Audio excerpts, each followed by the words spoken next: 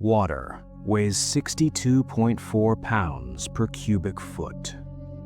It is 800 times denser than air. At a speed of just 6 miles per hour, ankle-deep water generates enough kinetic force to knock a grown man off his feet. At 30 miles per hour, water becomes concrete. If you are hit by a river moving that fast, you do not drown, you are pulverized. For 10,000 years, the Guadalupe River has been the lifeblood of the Texas Hill Country, a tourist paradise, a place where families come to float, to fish, to forget. But the Guadalupe has a secret. It is the primary artery of a geological anomaly known to hydrologists as Flash Flood Alley. On July 4th, 2025, while Texas slept, the sky opened up. It didn't just rain, the atmosphere dumped 20.33 inches of water in 6 hours. That is 516 millimeters. 4 months of rainfall in the time it takes to watch a single football game. At 5:15 a.m., the river was ankle deep, holding steady at 1.82 feet. 45 minutes later, it was 34 feet high. A wall of water, moving at 45,000 cubic feet per second, tore through Kerrville, Comfort, and the sleepaway camps of the Hill Country. 137 people died. 27 of them were campers and counselors at Camp Mystic. They never heard the warnings. They never stood a chance. This isn't a story about bad luck. It is a story about physics, about engineering failure, and about the deadliest night in the history of the Texas Hill Country. To understand the violence of 2025, you have to understand the ground beneath your feet. This is the Balcones Escarpment. Geologically, it is a staircase. The land here drops sharply from the Edwards Plateau down to the coastal plains. The soil is not deep, rich earth. It is a thin veneer of clay sitting on top of solid, impermeable limestone. Think of the Hill Country like a dinner plate, a ceramic dinner plate. If you pour a glass of water onto a sponge, the sponge drinks it. If you pour a glass of water onto a dinner plate, it doesn't drink a drop. It runs off immediately. Now, tilt that plate at a 20-degree angle. That's Kerr County. When rain falls here, it has nowhere to go but down the hills, into the creeks, and finally into the funnel of the Guadalupe River. But on July 3rd, 2025, the dinner plate was already wet. The antecedent soil moisture conditions, the wetness of the ground before the storm, were in the 90th percentile. It had been a wet spring. The limestone was already weeping. The sponge was full. Every drop of rain that fell on July 4th would become 100% runoff. The villain of this story wasn't a hurricane. Hurricanes have names. You can track them for days. You evacuate. This was something much more insidious. A mesoscale convective vortex, an MCV. Think of it as the ghost of a storm system. An MCV is a small-scale, low-pressure system that can spin up incredibly intense, localized thunderstorms. On the night of July 3rd, this system stalled. It parked itself directly over the headwaters of the Guadalupe. It didn't move, it anchored. This phenomenon is called training. Training echoes. One thunderstorm drops 2 inches of rain. Normally, it moves on. In a training event, the next storm moves into the exact same spot and drops 2 more inches, then a third. By 2 a.m. on July 4th, the atmospheric bomb was primed. The radar returns were confusing. The models were conflicting. Some predicted 2 inches, others predicted 4. Nobody predicted 20. Why? Because the storm was creating its own weather. The heat released by the condensing water vapor was actually fueling the updrafts, sucking more moisture in from the Gulf, creating a self-sustaining feedback loop of destruction. At Camp Mystic, 300 campers were asleep. The cabins closest to the river were in what FEMA designated the 100-year floodplain. That means there is a 1% chance of flooding in any given year. Statistically, they were safe. But statistics do not account for a mesoscale convective vortex stalling over a limestone funnel.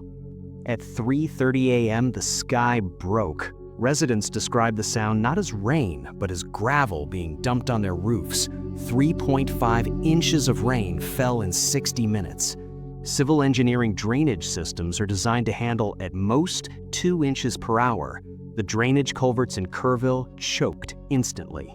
The water had nowhere to go, so it followed gravity. It found the creeks, Goat Creek, Turtle Creek, Bear Creek, all of them empty into one place, the Guadalupe. At the river gauge, the water level creeps up 1 foot, 2 feet, 3 feet.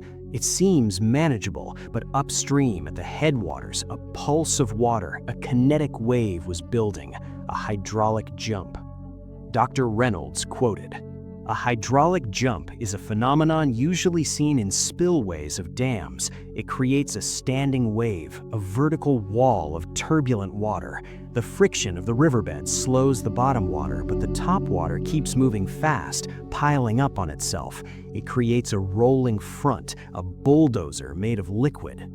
At 4 a.m., the National Weather Service issued a flash flood emergency, the highest level of alert. The message read, "This is a particularly dangerous situation. Seek higher ground now." But at 4 a.m., who was watching the news? Who's checking their phone? The campers at Mystic were in cabins without televisions, without radios. They were sleeping in a valley that was about to become a cannon barrel. At 2:45 a.m., the physics of the atmosphere changed. Up until this moment, the rain had been tropical, heavy, warm, consistent.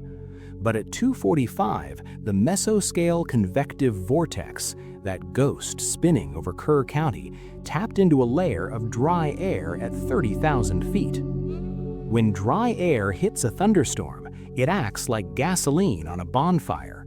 It creates evaporative cooling. Cold air is heavier than warm air. It plummets. This created a downdraft bomb. The rain didn't fall, it was driven.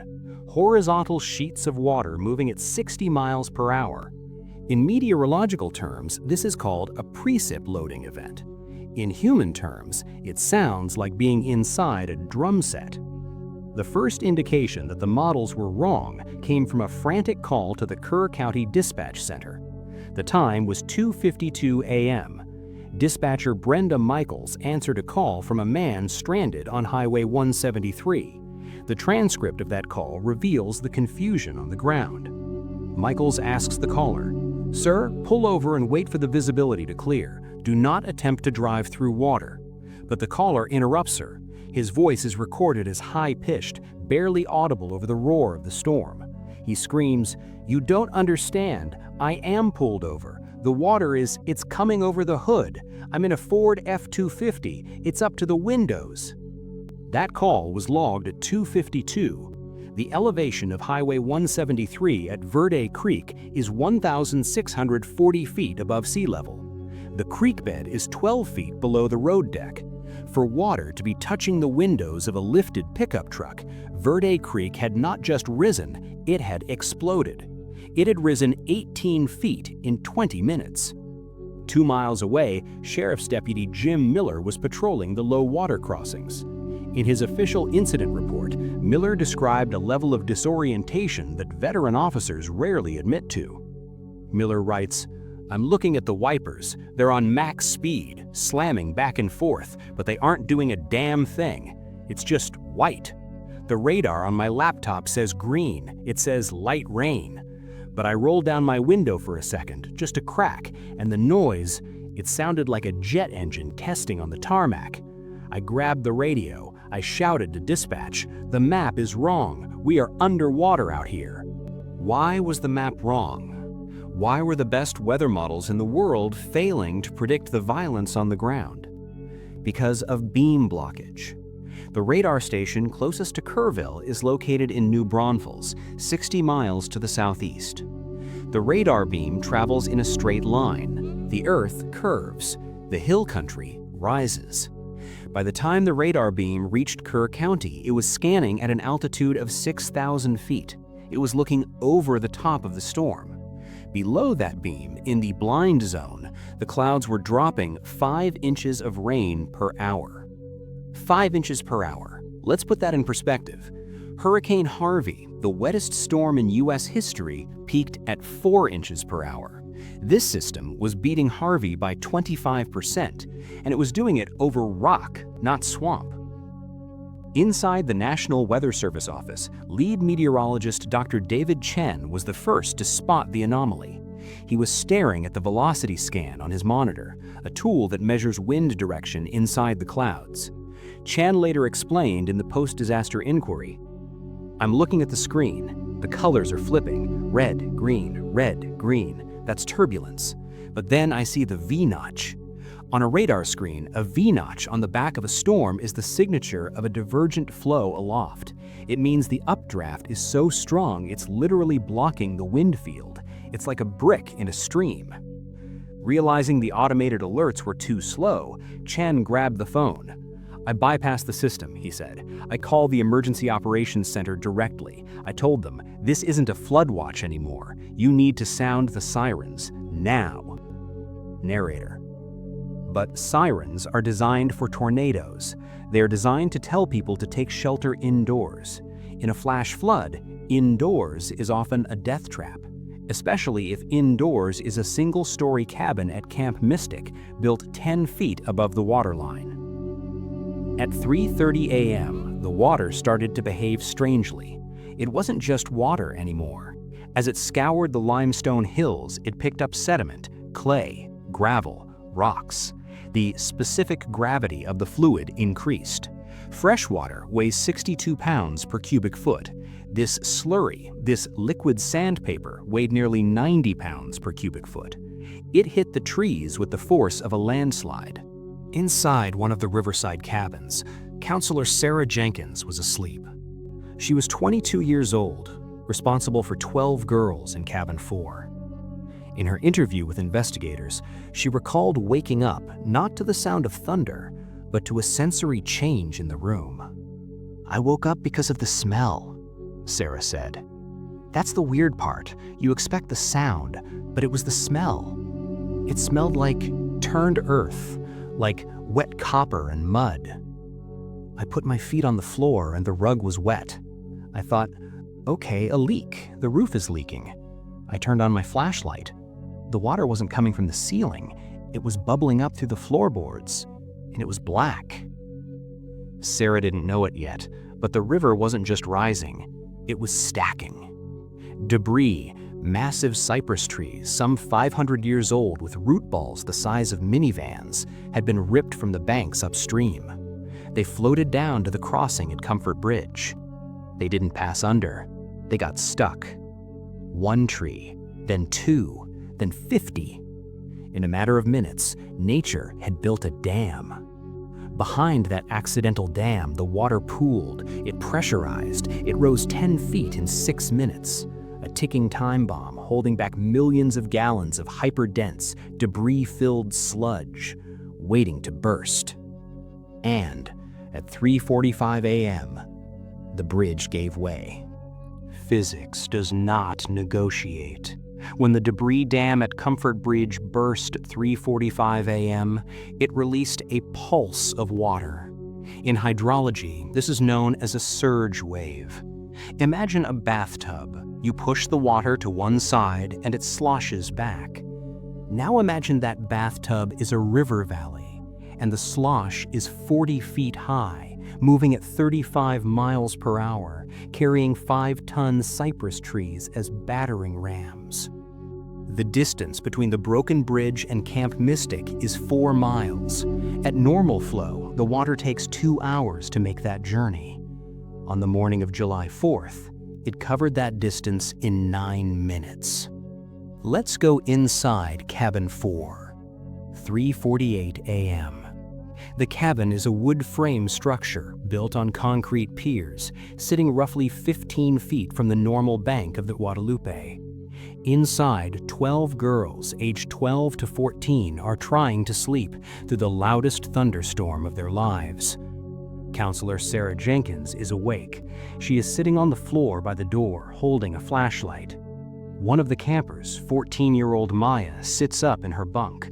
She whispers to Sarah, "Sarah, my phone says SOS only. I can't text my mom." Sarah responds, keeping her voice calm. "It's okay, Maya. The storm probably knocked out a cell tower. It happens all the time in the hills. Lay back down." From the top bunk, 12-year-old Chloe speaks up. Her voice is trembling. "It sounds like a train. Why is there a train?" "There aren't any tracks out here, Chloe. It's just the wind. It's echoing off the canyon walls. Go to sleep." "No," Maya says. "It's not wind. Put your hand on the wall. The wood is vibrating." Maya was right. The vibration wasn't wind. It was seismic. The turbulence of the approaching water was so violent it was transmitting energy through the limestone bedrock, shaking the cabin foundations before the water even arrived. This is the acoustic precursor. The river was screaming. Inside the cabin, the sensory confusion turns to panic. Sarah stands up. She walks to the window. She shines her flashlight out into the darkness. Usually, the beam would hit the trees on the other side of the river. Tonight, the beam hits nothing but moving brown sludge, and it is close. Sarah shouts, "Get up! Girls, get up now! Shoes! Grab your shoes!" Chloe snaps back, sleepy and confused. "What? Is it a fire drill?" Sarah looks at her, terror in her eyes. "No! Get to the roof! Everybody, get to the loft! Move!" The time is 3:52 a.m. The surge wave hits. It does not splash against the cabin, it collides with it. You have to understand the mechanics of hydrodynamic pressure. Water moving at this speed exerts a pressure of 3,000 pounds per square foot. That is the equivalent of a Chevy Silverado crashing into the wall every single second. The first impact shatters the windows. The door doesn't open, it disintegrates. The water enters the room not as a liquid, but as a solid piston. Bunks, dressers, and rafters are snapped instantly. The air inside the cabin is compressed in a split second, blowing the roof off from the inside out. In the chaos, everything became blurred. Sarah managed to push 3 girls up into the storage loft. Maya grabbed a rafter beam. But then, the cabin moved. The water lifted the entire structure off its concrete piers. For a terrifying 30 seconds, cabin 4 became a boat with no hull, disintegrating in the rapids. Maya, who was 14 at the time, describes the sensation of the cabin disintegrating around her. Maya says, "It was pitch black. The only light was the lightning. I remember the sound of the wood snapping. It sounded like gunshots. Pop, pop, pop. And the water, it was cold, shockingly cold. I felt something hit my leg. I think it was a tree branch. And then the floor was just gone. I was in the water. And the weirdest thing was I wasn't swimming. You couldn't swim. It was like being in a blender. I didn't know which way was up. I just remember Sarah screaming my name, and then I couldn't hear her anymore." The boat ride lasted less than a minute. Cabin 4 struck a cluster of cypress trees 300 yards downstream. The impact shattered what was left of the frame. The occupants were thrown into the hydraulic jump. A hydraulic jump occurs when fast-moving water hits a slower obstacle. It creates a recirculating current, a washing machine effect. If you are pulled into the bottom of a hydraulic jump, the physics of the water will hold you there. It pushes you down, spins you around, and brings you back up for air, only to suck you back down again. It is a cycle of exhaustion. Meanwhile, in the main lodge on higher ground, the camp director, Mark Halloway, was fighting a different battle. He had 200 other campers to save, but he was blind. The power was out, the phones were dead, the road out of the camp was already 10 feet underwater. Holloway recalls the moment the reality of the situation broke him. Holloway says, "I'm counting heads with a flashlight, 1, 2, 3, but I can't see the cabin rivers, it's just a black void. I send 2 of my senior staff, Ben and Jason, to check on them. I tell them, go, run, get them to the dining hall. They come back 2 minutes later. They don't say anything, they just look at me. Jason is crying. He's a big guy, 24 years old, built like a linebacker, and he's sobbing. He says, 'Mark, they're gone.' I said, 'What do you mean gone? The girls?' He shook his head. 'No, Mark, the cabins, they're gone.' By 4:15 a.m., the Guadalupe River had risen 26 feet. It had swallowed the volleyball courts, the dining hall steps, the infirmary, and it was still rising. The surviving campers huddled in the highest building on the property, the chapel. Outside in the dark water, the rescue mission had begun. But in a flood of this magnitude, you do not rescue people, you only survive them. 4:15 a.m. The atmosphere inside the Camp Mystic Chapel was not chaotic. It was suffocatingly quiet. The chapel is the highest point on the property, a stone building with heavy oak doors, standing on a hill that usually overlooks the Guadalupe River Valley. Inside, 214 campers and staff were huddled on the wooden pews. They were wet, they were shivering, but they were alive. Camp Director Mark Holloway stood at the pulpit, illuminated only by the dying beam of a flashlight. In a deposition given to state investigators 3 weeks after the flood, Holloway described the weight of that moment. Mark Holloway says, "I'm standing there looking at the faces. They're looking at me like I'm God, like I can stop the rain. I'm doing the math in my head.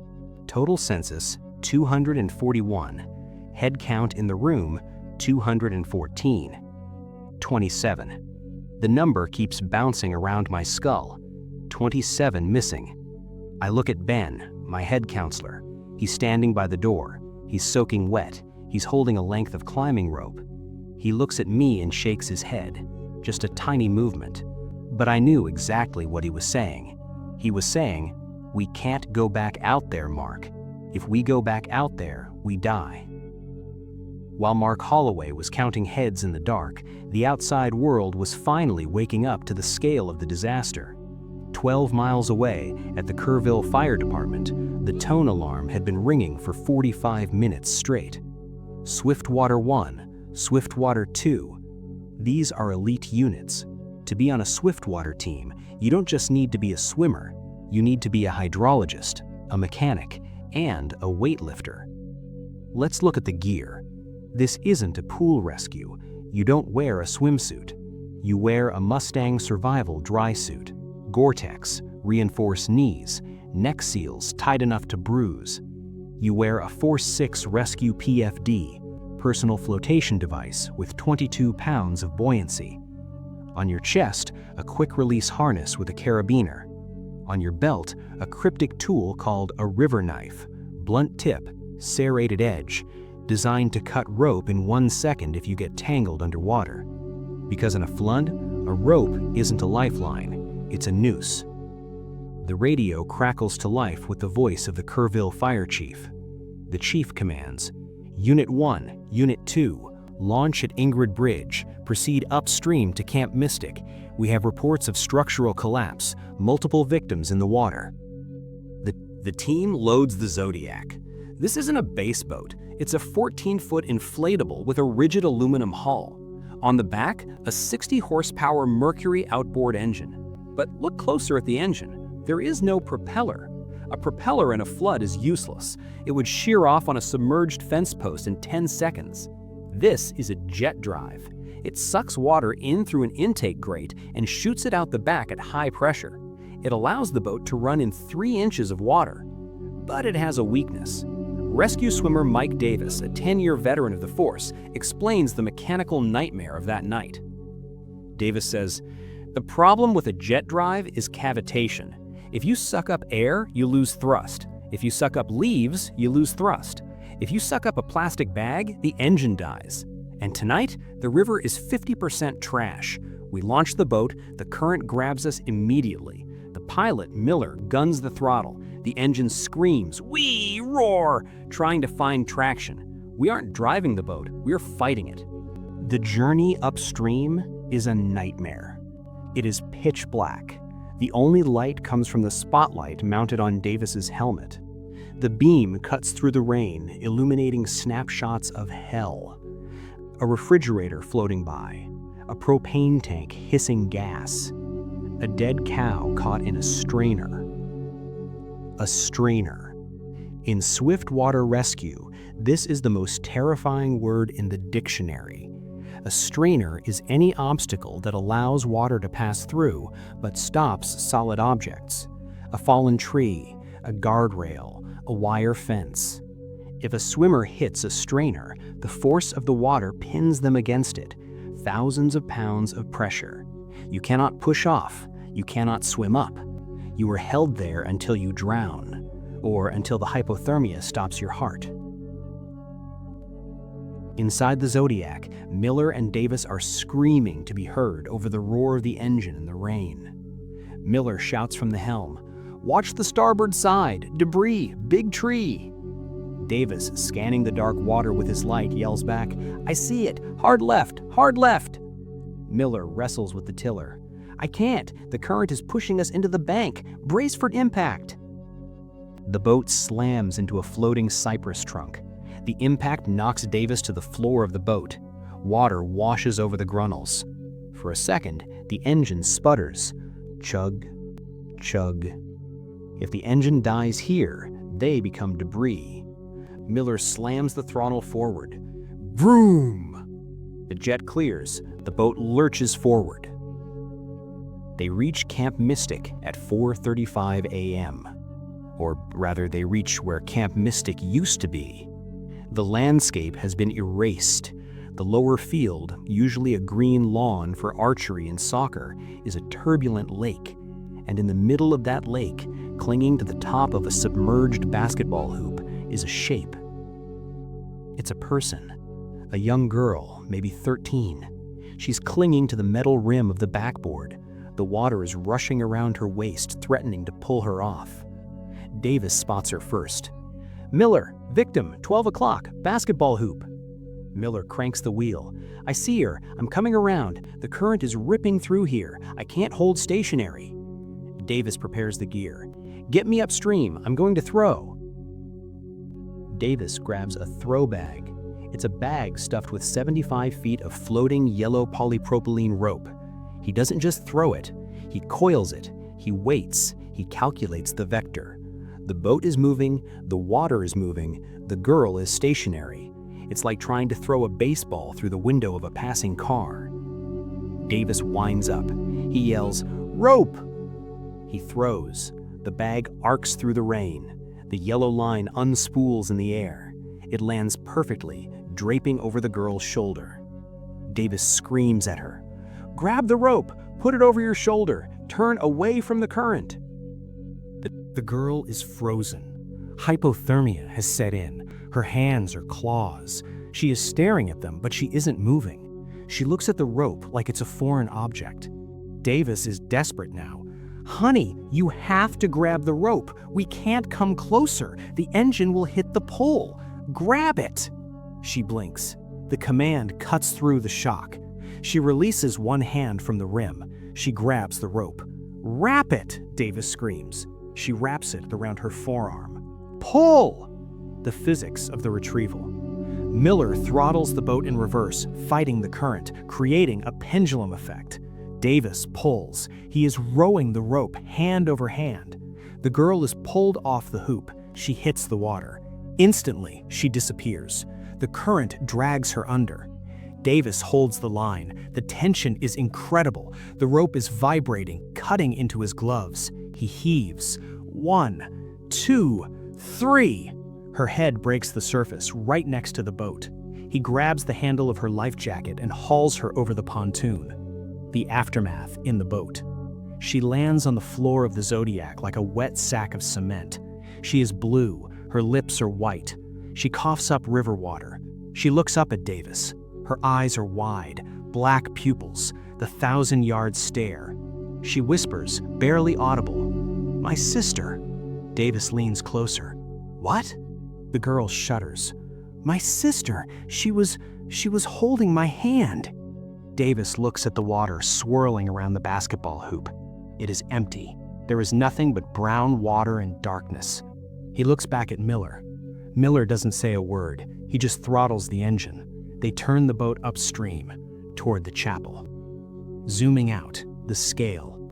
This was one rescue, one girl, but all across the valley, in the dark, this scene was repeating itself.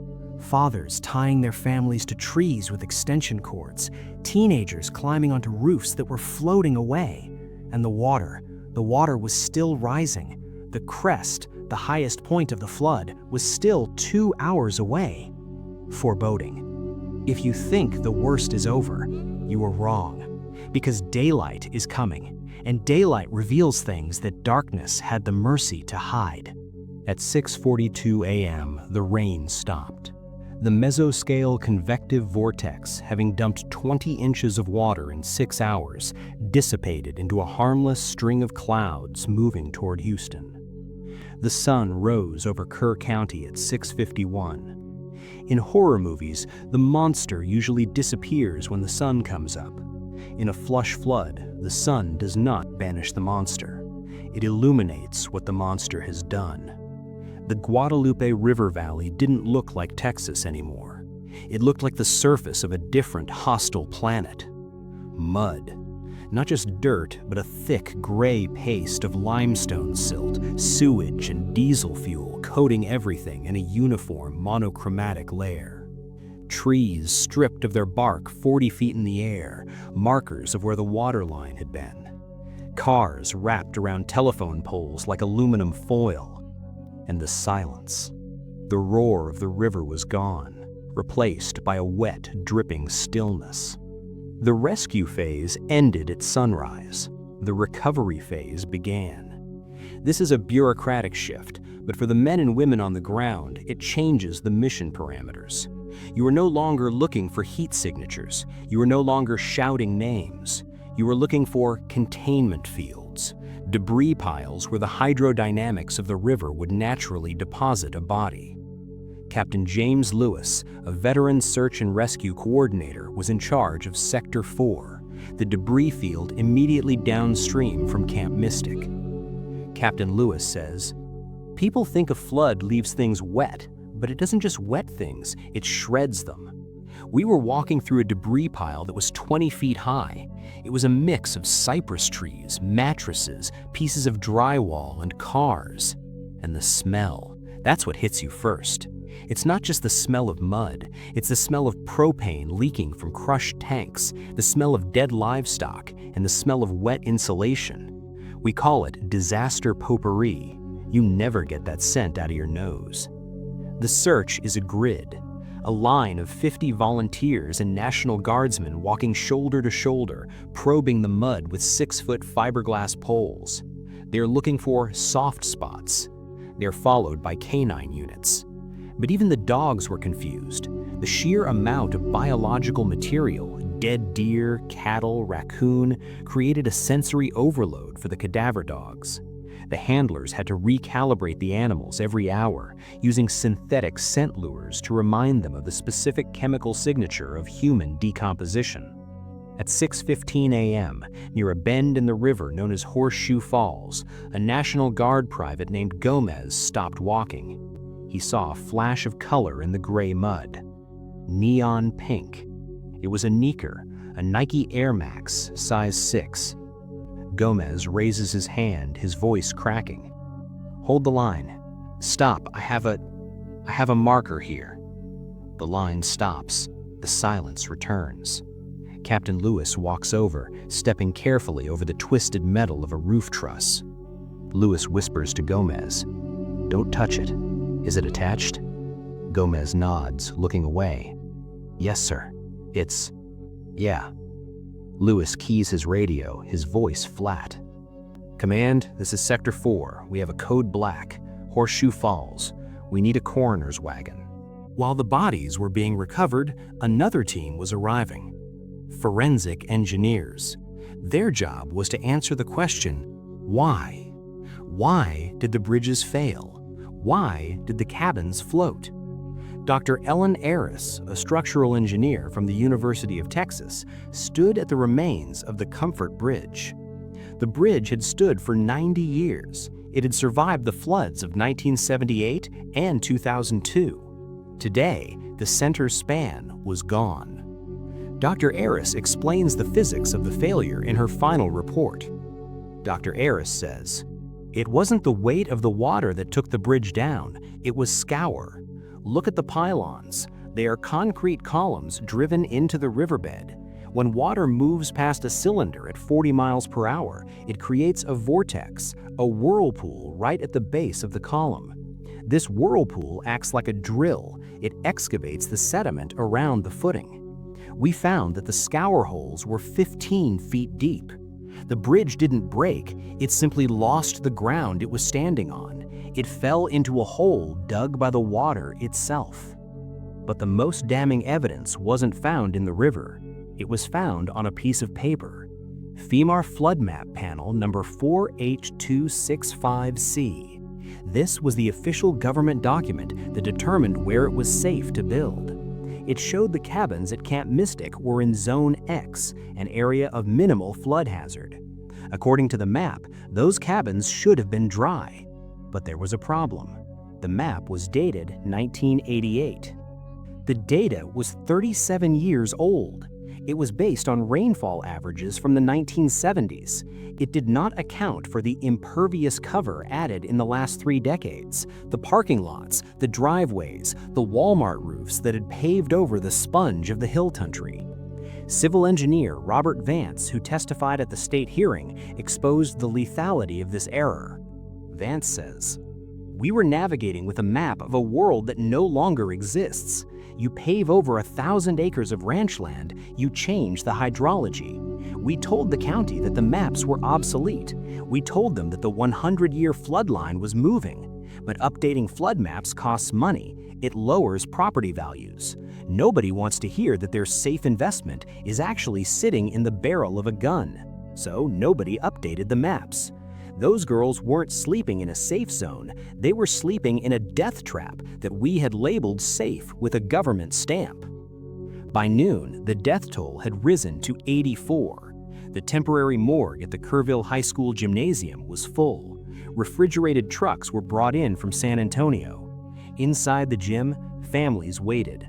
They weren't looking for survivors anymore, they were looking for closure.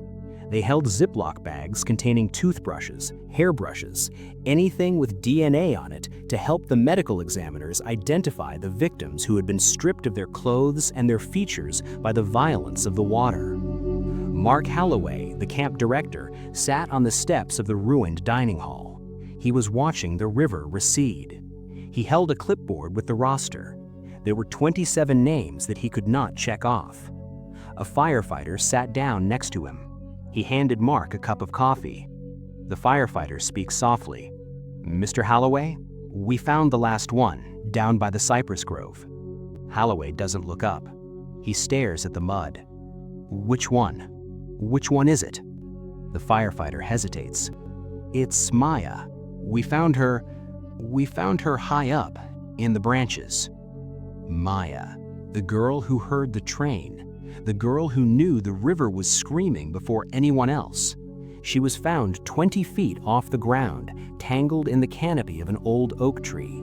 The water had placed her there gently as it receded, leaving her suspended between the earth and the sky. The flood of 2025 caused $1.1 billion in infrastructure damage. It destroyed 400 homes. It rewrote the geography of Kerr County. But as the sun set on that first day, the numbers didn't matter. The only thing that mattered was the silence. The river had taken what it wanted, and now it was just a river again. Grief has a half-life. For the first week after the flood, the mood in Kerr County was one of shock, neighbors helping neighbors, donating clothes, cooking casseroles in school gymnasiums. But by day 10, the shock wore off, the adrenaline faded, and it was replaced by something harder, something combustible: rage. The funerals were over, the initial cleanup was done, and now the survivors were looking at their destroyed homes, their denied insurance claims, and the empty beds of their children, and they wanted to know who to blame. On July 24th, 3 weeks after the flood, the Kerr County Commissioners Court held an emergency town hall meeting at the Tivy High School auditorium. It was billed as a status update and recovery roadmap. It turned into a riot. The room was packed to capacity, 1,200 people, standing room only. The air conditioning in the auditorium had failed that afternoon. The temperature inside was 89 degrees. The humidity was stifling. Commissioner David Thorne sat on the stage behind a folding table covered in a white tablecloth. He looked small, defeated. In the front row sat Mark Holloway, the director of Camp Mystic. He wasn't wearing a suit. He was wearing muddy work boots and a shirt that hadn't been ironed in days. We have the audio recording of that meeting. It captures the exact moment the community broke. The meeting began with a presentation on zoning variances and federal aid applications, bureaucratic language, flood fringe, base flood elevation, FEMA Form 90-121. The crowd listened in silence for 12 minutes. Then a man in the back stood up. His name was Thomas Wright. He was a master carpenter. He'd lost his mobile home and comfort. More importantly, he'd lost his wife, Ellen, and his 2 daughters, Sophie and Kate. He didn't walk to the microphone. He climbed over the seat in front of him. He shouted from the aisle, "Stop talking about forms. Look at me. Look at my face." Commissioner Thorne tried to bang his gavel. "Sir, please, we have a structure for comments. If you could wait until the Q&A session." "I don't have a Q&A. I have a death certificate. The map says my house is safe. The map says I'm in Zone X. If the map is right, then why did I have to identify my wife by her dental records?" The room exploded. This was the flashpoint. The realization that the government documents, the papers that determined insurance rates, mortgages, and safety, were fiction. The meeting ended in chaos. Sheriff's deputies had to escort the commissioners out the back door, but the damage was done. Civil lawsuits followed immediately. Holloway versus Kerr County, the families of Camp Mystic versus the state of Texas. The discovery phase of these lawsuits unearthed a memo from 2018, a hydrological study commissioned by the county but never released. It had a boring title, Impervious Cover Impact Analysis, Upper Guadalupe Watershed, but inside it contained a warning that should have stopped every construction project in the valley. The author of that report was a civil engineer named Robert Vance. Vance is 60 years old, a quiet man who specializes in fluid dynamics. He sat for a deposition on August 15th. When the lawyer asked him about the impervious cover memo, Vance didn't hesitate. "I sat in that office 7 years ago. I put the charts on the table. I told him, you are paving the sponge. You have to understand the math. In 1980, the Upper Guadalupe watershed was 90% ranch land, grass, oak trees, dirt. When it rained, the land drank the water. But by 2024, we had built 3 Walmart supercenters, 5,000 new driveways, 200 miles of asphalt roads. Every time you build a parking lot, you are taking 10 acres of soil out of the equation. You are sealing the earth with concrete. You are creating a bobsled run for the water." Vance's testimony explained the speed of the flood. Concrete has a Manning's roughness coefficient of 0.013. Grass has a coefficient of 0.035. Water moves 3 times faster over concrete than it does over grass.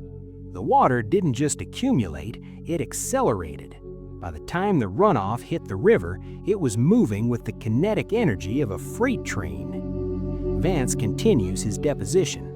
"They told me the report was alarmist. They told me that if they released it, they would have to redraw the flood maps. If you redraw the maps, you expand the flood zone. If you expand the flood zone, property values drop, insurance rates triple, developers pull out. So they buried it. They chose the economy over the physics. Well, they were right about the development. We got the Walmarts, but I was right about the physics. This revelation destroyed the defense.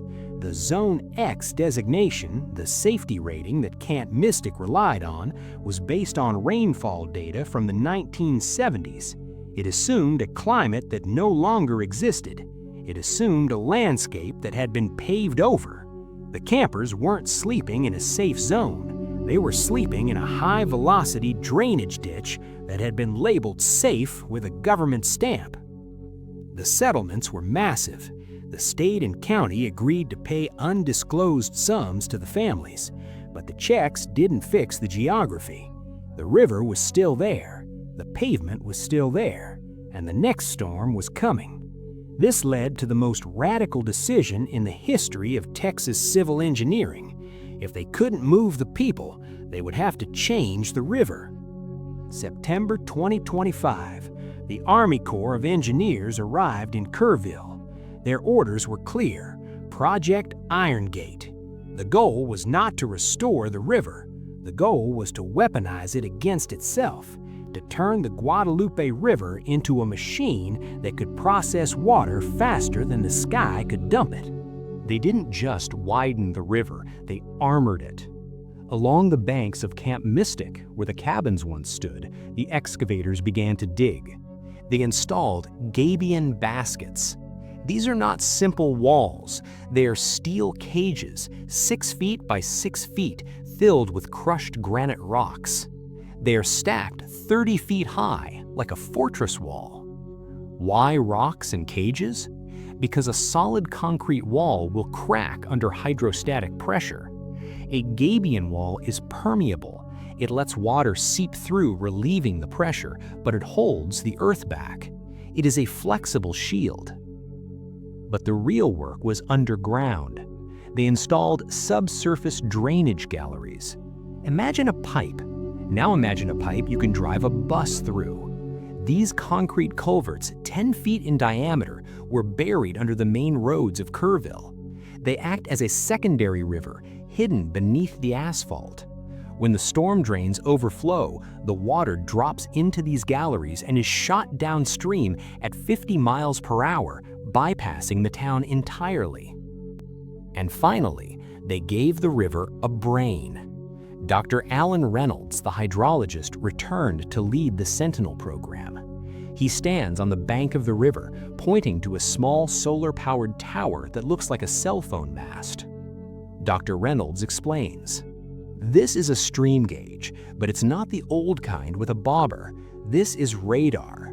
It shoots a microwave beam at the water surface 60 times a second. It measures the rise to the millimeter. We have installed 400 of these sensors in every creek, dry wash, and gully in the county. They are linked to a central AI in Austin. If a creek rises 3 inches in 10 minutes, the computer knows. It doesn't wait for a human to interpret the data. It triggers the sirens, it sends the text alerts, it hacks the cell towers to override do not disturb modes on phones." They call it the shout, because next time, the river won't be able to sneak up on anyone. Next time, the alarm will scream before the first drop of rain hits the ground. But for the parents of the 27 girls at Camp Mystic, the technology arrived 3 months too late. The engineering fixed the river. The gabion walls held. The radar sensors hummed. The concrete hardened. But you cannot pour concrete over a memory. Post-traumatic stress disorder, or PTSD, is usually associated with war zones, with soldiers returning from combat. But in Kerrville, psychologists began seeing a new phenomenon in the winter of 2025. They called it rain anxiety. It is a specific, paralyzing phobia. When the sky turns gray, the town stops. Children refuse to sleep in ground floor bedrooms. Adults check the weather app 50 times a day. When it rains hard, the 911 switchboard lights up with phantom calls, people convinced they hear water rushing, even when the streets are dry. Maya, the girl who survived the destruction of Cabin 4, is now 16 years old. She lives in San Antonio, an hour away from the river. She hasn't been back to the hill country since that night. In her final interview for this documentary, she sits in her living room. It is a sunny day, but the heavy blackout curtains are drawn tight. She sits in the half light. Her hands are folded in her lap. They are shaking.